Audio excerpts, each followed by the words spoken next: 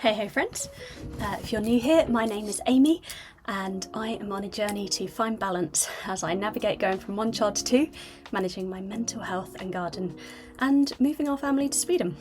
So if any of that sounds interesting to you, please do like and subscribe.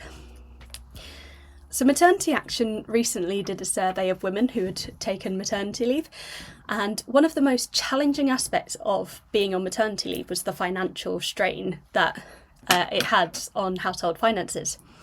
Many women reported that it significantly impacted their mental and physical health. It increased their blood pressure and contributed to anxiety and depression. And many families went into debt or used up savings to make ends meet, or they were forced to return to work before they were fully recovered from the birth. Many felt humiliated at having to ask family for money to buy basics. The fact is that the amount the government gives new mums in the UK is less than half the national living wage. Now, individual companies will have their own policies, but they don't legally have to. In my service, we do get 8 weeks full pay, 18 weeks half pay plus statutory maternity pay, and then 13 weeks of just statutory maternity pay, and then 13 weeks unpaid.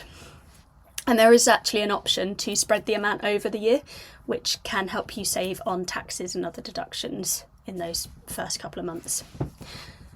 I will say things might be moving in a better direction, but a lot of people don't actually know that in April 2015, the UK brought in a shared parental leave policy, which allows families to split 50 weeks of leave and 36 weeks of statutory pay. Now, it's well worth checking if your partner's company has a decent parental leave policy and if it makes sense for your family to have them go on leave.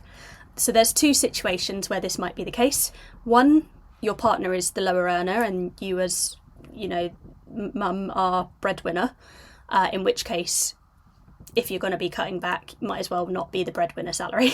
And then the other situation is if your partner actually has a really decent leave policy. So we were really, really lucky that my husband's company was really generous. They've given him up to 18 weeks at 90% of his pay, which, considering he earns double what I do, it just makes so much more sense for me to give up 5 weeks of my half pay period and the 13 weeks where I would only have gotten statutory maternity pay. It does mean that I am actually going back to work next week, just 7 months after my son was born, which feels a little bit jarring, but it's what we have to do as a family. And I kind of like that my husband gets to spend that one-on-one time with our kids. So it does feel quite equitable in that sense. So I think the problem with shared parental leave and why maybe a lot more people don't take up the offer is that it's such a complicated calculation of whether you will be better off with the mum off or the dad. And like I say, it will usually be better if the lower earner goes off, unless of course there's a good policy in place. The other calculation that you need to factor in though is that the number of keeping in touch days you're entitled to goes up. Now obviously your employer does need to agree them, but it can still work out. So on normal maternity leave, you can take 10 kit days. So that's 10 days where you could go to work and you get paid for those days. Usually you'll get paid at the end of your leave, but it's 10 days. But if your partner takes even a few weeks of shared parental leave, you and your partner each get 20 kit days. So you get 40 days total between the two of you. And they're usually paid at your usual rate. Now, you won't get paid till you go back, but what it does mean that you can do is you can take credit out, knowing that you'll get a nice lump sum to pay that off and make ends meet that way. So when I had my eldest, I did a day a week from when he was about 3 months old, with my husband using annual leave to cover that time, since we just didn't feel like we needed a proper holiday that year, so he was fine to use his annual leave. So yeah, I would say shared parental leave for us has been a really good thing, but I know that I've talked with some of my friends about it and they've said, no, it's better if I just take the whole time and, or my partner's company doesn't even offer it. Like if he took the time, they would only pay statutory parental pay. So it's a bit gutting, but yeah, well worth checking out. So that's kind of like going on leave, and I think the overall cost isn't just about what you're going to get paid, but also the fact that your expenses are going to go up, right? So the overall cost for the stuff required to raise our youngest has actually been a fair bit lower than for our eldest.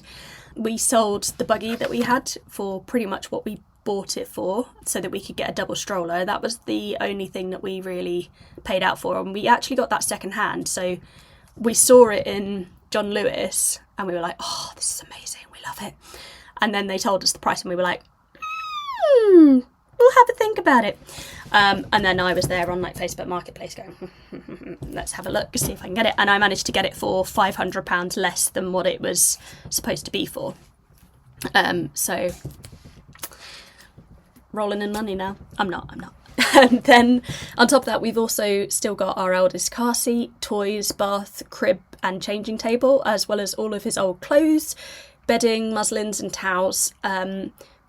We probably could save money on nappies as well. Like I did cloth nappies for my eldest for a little while, but with 2 little boys, I just feel like that would be so much washing. And I don't have it in me to do that much washing. I will say as well that with my first, people were really generous.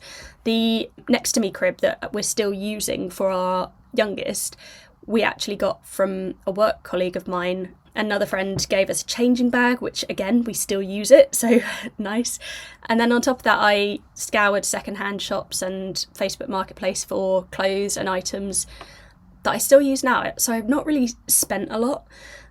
And on top of that, we're now at a point where we're looking at the stuff and we're going, kind of grown out of that. We're not really using that anymore. And so we're thinking about selling it. So we're going to get some more of that money back that we invested into those items. I think, you know, when we think about the cost of a child, like it's calculated on getting everything new.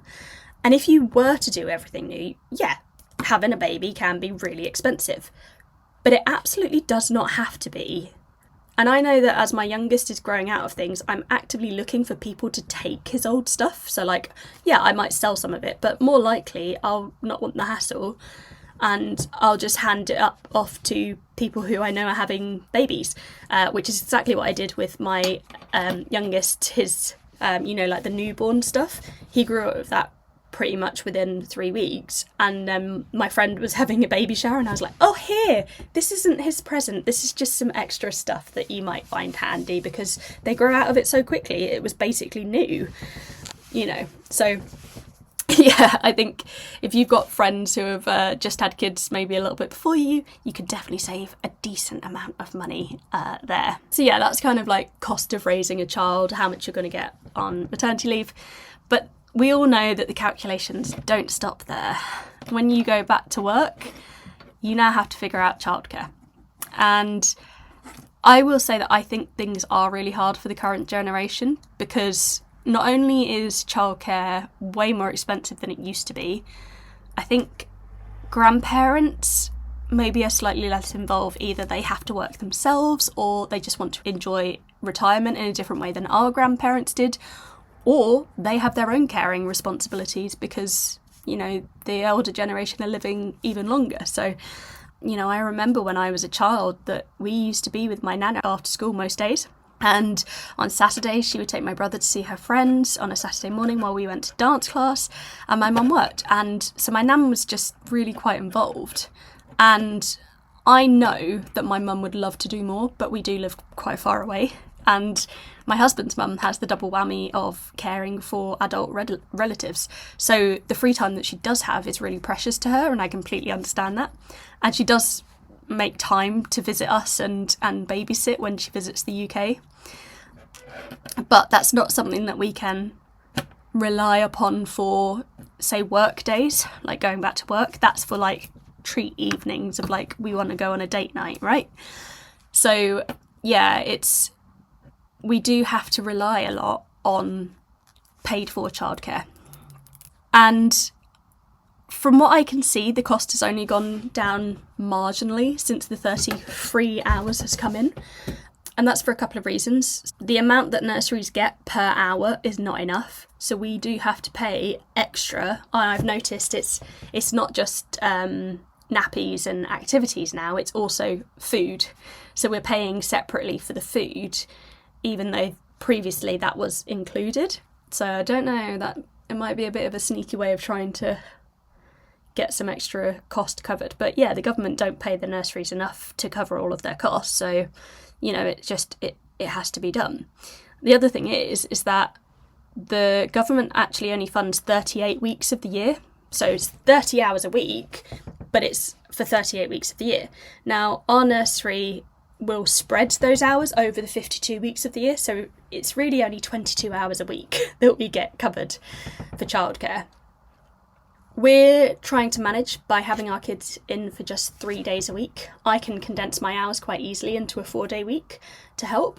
I'm not sure why. My husband is quite hesitant to even ask if he can do the same, because it would be better for us, especially as we now have 2 children to pay for to be in nursery. I know that when I returned to work after my eldest, I also had a lot of annual leave to use, and I used that to work 1 day less a week. But I'm not sure that we can afford for me to do that this time. That said, it's also worth trying to see what discounts your nursery offers. So mine offer a few different discounts. So there's a discount if you have a full week. There's an NHS discount of 10% and a sibling discount of 10%. Those last 2, you can only get one or the other. So I've gone for the NHS one because that means I can get it for both kids and I've had it for longer. And you can also see if there's any other providers that might be cheaper. So sometimes a childminder will be cheaper. But for us, we wanted the security of a nursery because we noticed that a lot of childminders were talking about, sick days and holidays. And we were like, yeah, no, that's not going to work for us. So yeah, we've gone for a nursery instead, and it's, for us, worth paying a little bit extra for that. The other way that we save money on nursery is by using a tax-free childcare account. So the government tops up what you put in up to $2,000 per year, and we pay the nursery from that. So the actual cost to us is about 20% less than the invoice that we get given. It's worth sort of seeing what your particular situation is like. So something a friend of ours talked about was they worked with an accountant to make sure that their household finances were arranged to make them eligible for the tax-free account and the 33 hours and the child benefit. I think they just, because they're both self-employed, they just put a bit more into their pensions, and they found that they're actually way better off as a family because they were suddenly entitled to things that were pretty darn expensive. So definitely worth working with an accountant if that's your type of situation, just to see if you can make things work a bit better for you. And that is something that we're actually looking at doing to make us eligible for child benefit. We're actually only just over the threshold where we would have to submit a tax return, and it's all such hassle that we haven't bothered to do it. But actually we're at a point now where we're like, we could put a little bit extra into a pension pot so that we can make ourselves eligible for the child benefit. And like I say, it's only a little bit extra, but it can make a difference. So it's £26.05 a week for the oldest child, and £17.25 a week for each additional child.